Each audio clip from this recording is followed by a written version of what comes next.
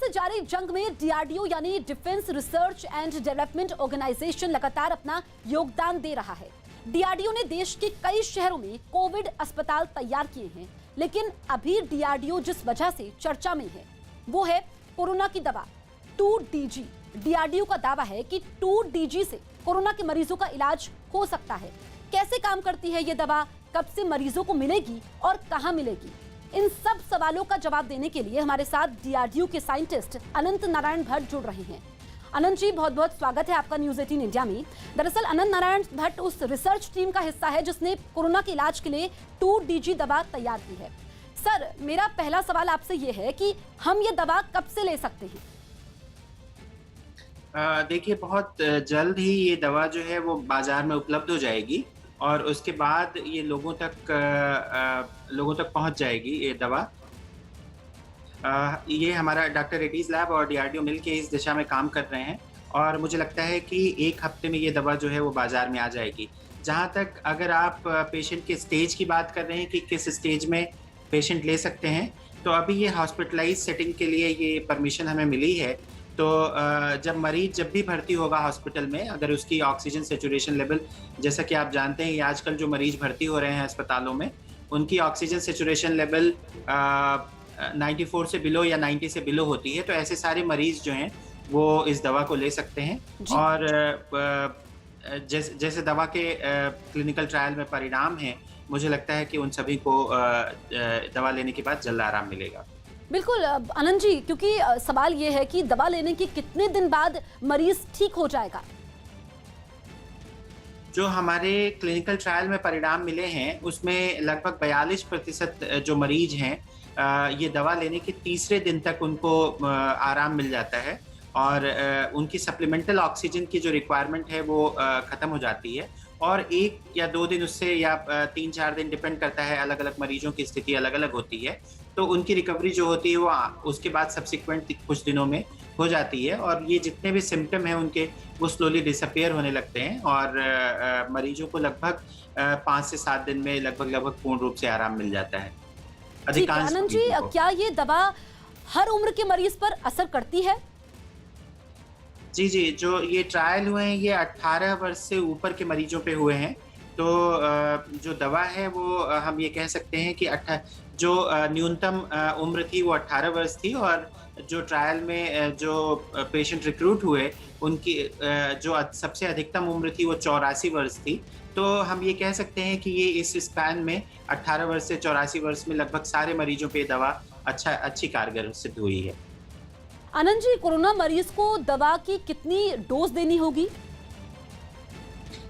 दवा की जो डोज है वो 2 टाइम दी जाती है। सुबह पानी में घोल के इसको लिया जा सकता है भोजन से 20 मिनट पहले, 20 से 30 मिनट, और शाम को भी, रात को भी, रात्रि भोजन से 20 से 30 मिनट पहले इस दवा को लिया जा सकता है। तो ये दिन में 2 बार ये दवा दी जाती है।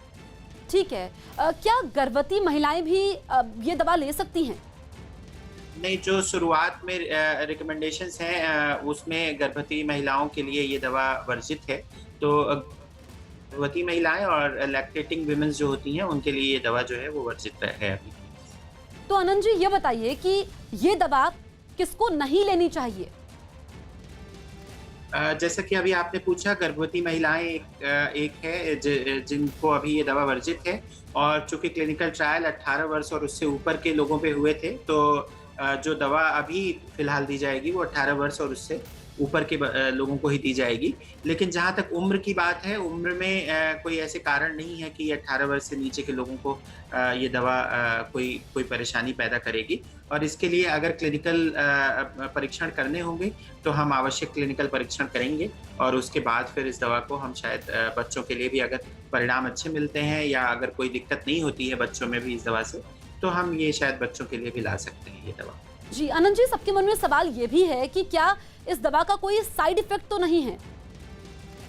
नहीं, इस दवा के अभी तक हमें जो क्लिनिकल ट्रायल हमने किए उसमें हमें कोई साइड इफेक्ट नज़र नहीं आए।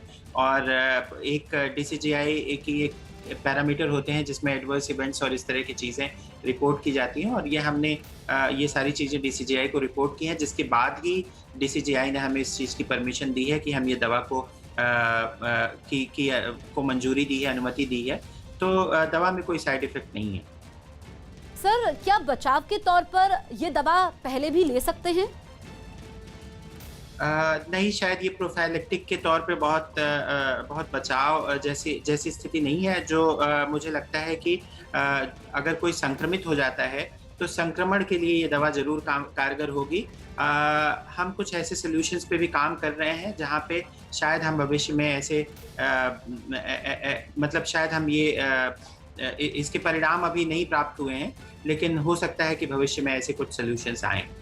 जी अनंत जी, आप बहुत महत्वपूर्ण जानकारी हमें दे रहे हैं और न्यूज़ 18 इंडिया पर इस दवाई के बारे में हर एक जानकारी हम बता रहे हैं, क्योंकि ये दवाई जो है रामबाण है। और ऐसे मुश्किल वक्त में जब ये दवाई आई है, जिसकी क्लिनिकल ट्रायल को मंजूरी मिली है, उसके बाद इमरजेंसी में इसका इस्तेमाल हो सकता है, क्योंकि ऑक्सीजन पर निर्भरता हमारी काफ़ी हद तक इस दवा के जरिए कम हो जाएगी। अनंत नारायण भट्ट, जो कि DRDO के वैज्ञानिक है, लगातार हमें महत्वपूर्ण जानकारी दे रहे हैं। अनंत जी, मेरा सवाल अब ये है कि ये दवा बाजार में कब से मिलेगी?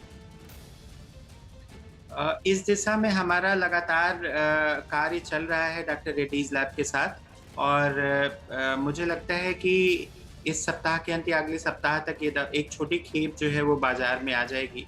और कुछ अस्पतालों को जिन्होंने सबसे पहले ऑर्डर प्लेस किए हैं डॉक्टर रेड्डीज लैब को, और उसके बाद धीरे धीरे मतलब आती रहेगी दवा। प्रतिदिन कुछ न कुछ अमाउंट दवा का आता रहेगा बाजार में। लेकिन जून माह से ये बड़े स्तर पर, बृहत स्तर पर इसकी उपलब्धि इंश्योर कर रहे हैं हम, और उसके बाद ये दवा जो है बाजार में बृहत स्तर पे जून माह से आने लगी। सर, मेरा सवाल ये भी है कि क्या ये दवा डॉक्टर की पर्ची पर ही मिलेगी? जी, अभी जो ये डॉक्टर के प्रिस्क्रिप्शन पर ही इस दवा को दिया जा रहा है, और मतलब इमरजेंसी यूज ऑथराइजेशन जो है वो हॉस्पिटल के लिए है। तो हॉस्पिटल सेटिंग में इस दवा को डॉक्टर के प्रिस्क्रिप्शन पे दिया जाएगा, और उसके बाद भी जब ये होता है तो भी डॉक्टर के प्रिस्क्रिप्शन पे भी, इनफैक्ट कोई भी दवा जो है वो डॉक्टर के प्रिस्क्रिप्शन से ही लेनी चाहिए। आनंद जी, ये दवा सिर्फ सरकारी अस्पताल में मिलेगी या हर अस्पताल में? अभी तो जो डॉक्टर रेड्डीज लैब से कांटेक्ट कर रहे हैं, हर तरह के हॉस्पिटल डॉक्टर रेड्डीज लैब से कांटेक्ट कर रहे हैं। सरकारी अस्पताल भी, सरकारी सिस्टम भी, और प्राइवेट हॉस्पिटल्स ने भी ढेर सारे लेटर्स लिखे हैं डॉक्टर रेड्डीज लैब को। अलग अलग जगह से डिमांड आ रही है, तो मैं ये कह सकता हूँ कि लगभग हर तरफ से डिमांड आ रही है। ऐसा कोई एक फिक्स वो नहीं है कि गवर्नमेंट सेक्टर से ही डिमांड आ रही है या प्राइवेट सेक्टर से ही आ रही है। लगभग हर सेक्टर से डिमांड आ रही है। क्या हम इस दवाई को मेडिकल स्टोर से खरीद सकते हैं? शुरुआत में मुझे लगता है कि चूंकि दवा की अवेलेबिलिटी इतनी नहीं होगी, तो इसलिए मुझे लगता है कि ये शुरुआत में पहले हॉस्पिटल्स की फार्मेसी में ही जाएगी, और उसके बाद जब इसकी उपलब्धता प्रचुर हो जाएगी तो मुझे लगता है कि हाँ, ये फिर मेडिकल स्टोर्स पे भी शायद मिलेगा। न्यूज़ 18 इंडिया से बातचीत करने के लिए आपका बहुत बहुत शुक्रिया। 2DG यानी कोरोना वायरस का खात्मा करने वाली दवा। इस दवा का क्लिनिकल ट्रायल दिल्ली के एक निजी अस्पताल में किया गया था। इस ट्रायल में अस्पताल के डॉक्टर और फेफड़ा रोग विभाग के हेड अक्षय बुद्धिराजा भी सहयोग कर रहे थे। न्यूज़ 18 की टीम ने डॉक्टर अक्षय राजा से दवा के ट्रायल और उसके नतीजे, वायरस पर भी, और दवा के असर और इसके इस्तेमाल करने के तरीके पर भी विस्तार से बात की।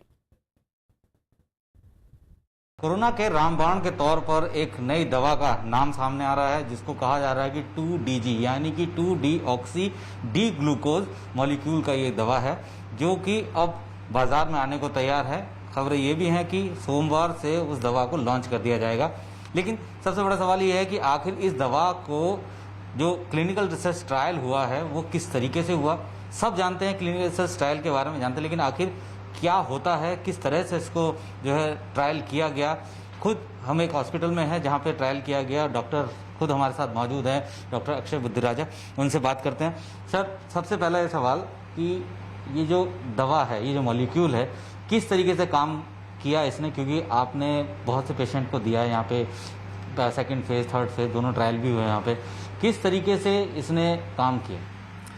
2-डीऑक्सी डी ग्लूकोज एक ऐसा मॉलिक्यूल है जो पहले भी कुछ बीमारियों के लिए यूज़ किया गया है। ये इंडिया का ही एक रिसर्च मॉलिक्यूल है। पहले कैंसर के लिए भी यूज़ किया गया है कि कैंसर के सेल्स जो होते हैं उसकी ग्रोथ को कम करता है।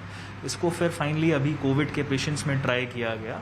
ये ट्रायल जो होती है अलग अलग फेजेस में होती है। इसमें एक पर्टिकुलर सेट ऑफ पेशेंट्स होते हैं जिनके अलग उनकी कैटेगरी होती है कि वो माइल्ड है, मॉडरेट है, सीवियर है या क्रिटिकली इल पेशेंट्स हैं।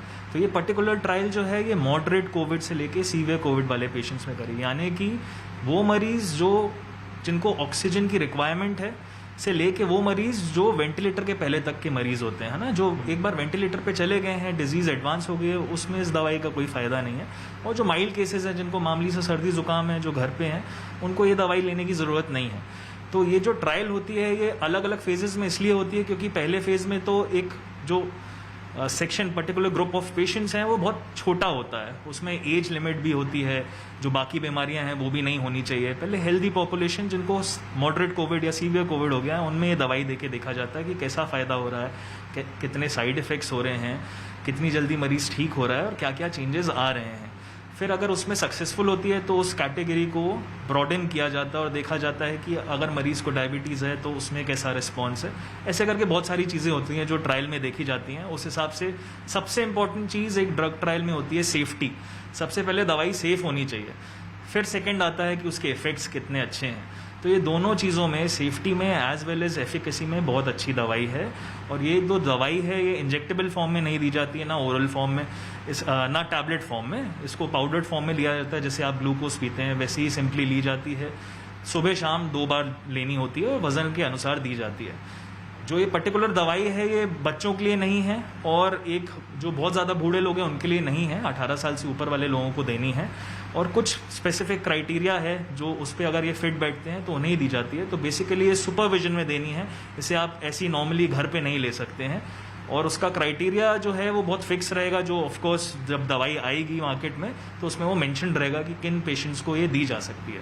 अगर लेमन लैंग्वेज में थोड़ा सा हम लोगों को समझाने की कोशिश करें कि एक पेशेंट आपको दे दिया गया, आपने उनको दवाई दी, कैसे करके जो है वो सुधार और कितने दिनों तक आपने इस दवा को कंटिन्यू रखा कि आप इस नतीजे पर पहुंचे कि अब ये पेशेंट ठीक है। देखिए कोई भी जो ट्रायल होती है वो एक अस्पताल में नहीं होती है। जैसे ये ट्रायल शुरुआती फेज़ में 10 से 12 अस्पताल में हुई थी, बाद में करीबन 27 अस्पताल में हुई थी दूसरे फेज़ में। दोनों फेज़ का हम पार्ट थे। तो एक पर्टिकुलर फिक्स क्राइटेरिया है जिसमें ये दवाई दी जाती है। जो हमने यहाँ पे ट्रायल करी उसके रिजल्ट्स बहुत अच्छे थे। सबसे अच्छी चीज़ ये थी कि इसके साइड इफ़ेक्ट्स कोई नहीं थे जो हमने नोटिस करे। दूसरी अच्छी चीज़ ये थी कि हमने जो कन्वर्जन देखा नेगेटिव होने के लिए कोविड टेस्ट का, वो एज अर्ली एज 3 डेज, मतलब 3 दिन में भी कुछ ऐसे मरीज थे जो कोविड नेगेटिव हो गए थे। लेकिन अगर लंग्स की बात करें, ये सबसे ज़्यादा इफेक्ट लंग्स पे ही कर रहा है, उसके बाद बाकी पार्ट्स में होता है। तो किस तरीके का इफेक्ट देखा गया? अगर परसेंटेज के हिसाब से बात करें कि इतने % लंग्स उनके डैमेज थे, फिर इतने हो गए जो नॉर्मली हो रहा है। ये जो दवाई है ये एक तरह की ग्लाइकोलिसिस इनहिबिटर है। तो इसका काम ये है कि जो वायरस है उसके रेप्लिकेशन या मल्टीप्लिकेशन को रोकती है। तो जब ये दवाई देना चालू करी तो सारी चीज़ों में कमी आना चालू हुई। जो ये रेस्पिरेटरी रेट है, सपोज 30 से 40 बार वो 1 मिनट में सांस ले रहे हैं, तो उस रेस्पिरेटरी रेट को धीरे धीरे कम होना चालू हुआ, नॉर्मल की तरफ आना चालू हुआ। सिमिलरली ऑक्सीजन लेवल जो है, अगर वो 10 लीटर ऑक्सीजन पे थे तो मरीज 1 या 2 दिन के अंदर धीरे धीरे ग्रेजुअली ऑक्सीजन रिक्वायरमेंट कम होना चालू हो गई। तीसरी चीज़, मरीज मॉडरेट या सीवियर डिजीज, मान लीजिए वो हाई फ्लो ऑक्सीजन पे है तो काफ़ी मरीज उससे वेंटिलेटर पे चले जाते हैं। तो इस दवाई को देने के बाद जो मरीज वेंटिलेटर पे गए उसकी संख्या बहुत ज़्यादा कम थी। वेंटिलेटर पे एक बार आप चले जाते हैं उसके बाद इस दवाई का कुछ खास काम नहीं है। क्या ट्रायल में आप लोगों ने ये भी नोटिस किया कि इस दवाई के लेते वक्त किस तरीके की चीज़ें खानी है और उसके बाद जब पूरी तरीके से ये रिकवर हो जाते हैं तो कैसा फूडिंग हैबिट होना चाहिए जो कि सपोर्ट करे आपकी बॉडी को? अगर बात करी जाए, एक चीज़ होती है कॉन्ट्रा इंडिकेशंस की, कौन से मरीज़ में ये दवाई नहीं देनी है। उसमें कुछ मरीज़ हैं एक पर्टिकुलर सबसेट कि जिनको कैंसर है, जिनकी इम्यूनिटी कम है, जिनको क्रॉनिक किडनी डिजीज़ है या फिर वो बहुत लंबे समय से स्टेरॉइड पे हैं, उनमें ये दवाई यूज़ नहीं करनी है। रही बात बाकी मरीज़ की, उनमें कब ये दवाई देनी है, तो डेफिनेटली ये दवाई हर एक मरीज़ को जो 18 साल से ऊपर है और 65 ईयर्स से नीचे एज है उनमें ये दिया जा सकता है और ये एब्सोल्युटली सेफ है। ड्यूरिंग द ट्रीटमेंट की बात करी जाए, क्योंकि ये दवाई सिर्फ अभी एडमिटेड पेशेंट्स में यूज़ होगी, घर पे यूज़ नहीं करनी है और ये प्रिस्क्राइब्ड मेडिसिन होगी, तो ड्यूरिंग द ट्रीटमेंट खाने में ऐसा कोई स्पेसिफिक डाइट नहीं है, बट दवाई का एक स्पेसिफिक टाइम ज़रूर है। दवाई को खाली पेट ही लेना है। दवाई को खाना खाने के बाद नहीं लेना है तो रात से खाली पेट रहना होता है और सुबह नाश्ते से आधे घंटे पहले ये दवाई ली जाती है। ऐसे ही शाम को भी कुछ देर के लिए खाली पेट रहना होता है, उसके पहले ये दवाई ली जाती है। इसका इफेक्ट सबसे ज़्यादा खाली पेट देखा जाता है और साइड इफेक्ट्स कोई भी नहीं दिखे। इस बात को ध्यान रखना है कि ये दवा सिर्फ और सिर्फ डॉक्टर के प्रिस्क्रिप्शन से ही लेना है, हर कोई नहीं ले सकता, क्योंकि इमरजेंसी यूज़ के लिए इसको परमिशन मिला है। तो यानी कि जो बहुत ज़्यादा सीवियर इल है या मॉडरेट है उन्हीं पे ये काम करता है और डॉक्टर की निगरानी पे ही इस दवा को लिया जाना चाहिए।